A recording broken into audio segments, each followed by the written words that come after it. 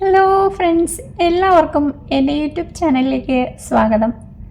ഞാൻ ഇന്നിവിടെ വന്നിരിക്കുന്നത് ഒരു ബീഫ് ഫ്രൈ റെസിപ്പിയുമായിട്ടാണ്. അപ്പോൾ നമുക്ക് എങ്ങനെയാണ് ഇത് ഉണ്ടാക്കുന്നതെന്ന് നോക്കിയിട്ട് വരാം. വരൂ. അതിന് വേണ്ടിയിട്ട് ഞാനിവിടെ 1 കിലോ ബീഫ് കഴുകി വൃത്തിയാക്കി ഒരു കുക്കറിൽ വെച്ചിട്ടുണ്ട്. അതിലേക്ക് 1/2 കപ്പ് ഇഞ്ചി ചതച്ചതും 1/4 കപ്പ് വെളുത്തുള്ളി ചതച്ചതും 1 പച്ചമുളകും ചേർത്ത് കൊടുക്കുക. കൂടെ തന്നെ 1/4 ടീസ്പൂൺ മഞ്ഞൾപ്പൊടിയും കൂടി ഇട്ട് ഇളക്കുക. അതിനുശേഷം ആവശ്യത്തിന് ഉപ്പും കൂടി ചേർത്ത് നന്നായി ഇളക്കുക. എന്നിട്ട് അടുപ്പിൽ വെച്ച് വേവിക്കുക. ഞാനിവിടെ വെള്ളം ഒഴിക്കുന്നില്ല, കാരണം ബീഫ് വെന്ത് വരുമ്പോൾ തന്നെ വെള്ളം അതിൽ നിന്ന് ഇറങ്ങുന്നതാണ്. എനിക്കിവിടെ ടെൻഡർ ബോൺലെസ് ബീഫാണ് കിട്ടിയിട്ടുള്ളത്. അതിനാൽ കുക്കറിൽ ഒരൊറ്റ വിസിൽ മതിയാകും. ബോണോട് കൂടിയുള്ള ബീഫാണെങ്കിൽ 3-4 വിസിൽ വരെ അടുപ്പിൽ വയ്ക്കാം കേട്ടോ. അപ്പോൾ നമ്മുടെ ബീഫ് വെവുന്ന സമയം കൊണ്ട് അതിന് വേണ്ട മസാല തയ്യാറാക്കാം. ഒരു പാൻ അടുപ്പത്ത് വയ്ക്കുക. അതിലേക്ക് വെളിച്ചെണ്ണ ഒഴിച്ചു കൊടുക്കുക. സവാള സ്ലൈസായി കട്ട് ചെയ്ത് ചേർത്ത് കൊടുക്കുക. ഞാനിവിടെ 2 മീഡിയം സൈസ് സവാളയാണ് എടുത്തിരിക്കുന്നത്. ഇതിൽ ഞാനിനി ഇഞ്ചിയും വെളുത്തുള്ളിയും ഒന്നും ചേർക്കുന്നില്ല കേട്ടോ, കാരണം ഓൾറെഡി ബീഫ് വേവിക്കാൻ വെച്ചപ്പോൾ ഈ ഇഞ്ചിയും വെളുത്തുള്ളിയും എല്ലാം ചേർത്തിട്ടുണ്ടായിരുന്നു.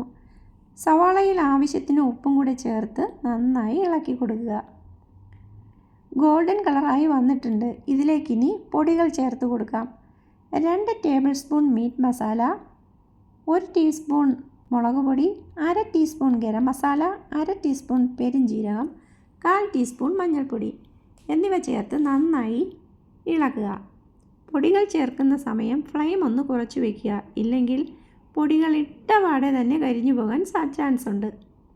പൊടികളുടെ പച്ചമണം മാറിയിട്ടുണ്ട്. ഇനി ഇതിലേക്ക് 1 ടേബിൾ സ്പൂൺ വിനീഗർ ഒഴിച്ചു കൊടുക്കാം.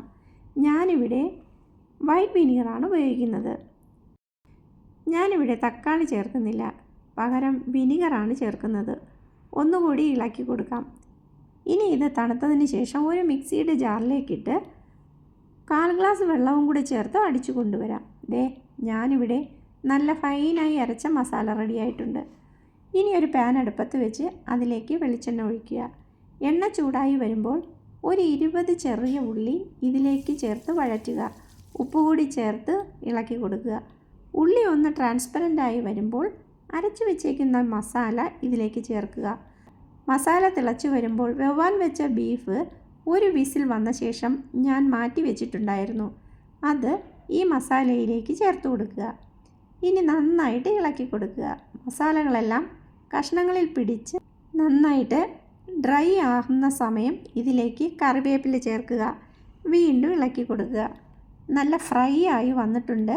ഈ സമയം കുറച്ച് പെരിഞ്ജീരകം, ക്രഷ് ചെയ്ത കുരുമുളക്, തേങ്ങ വറുത്തത് ഇവ ചേർത്ത് ഒന്നുകൂടി ഇളക്കി യോജിപ്പിക്കുക.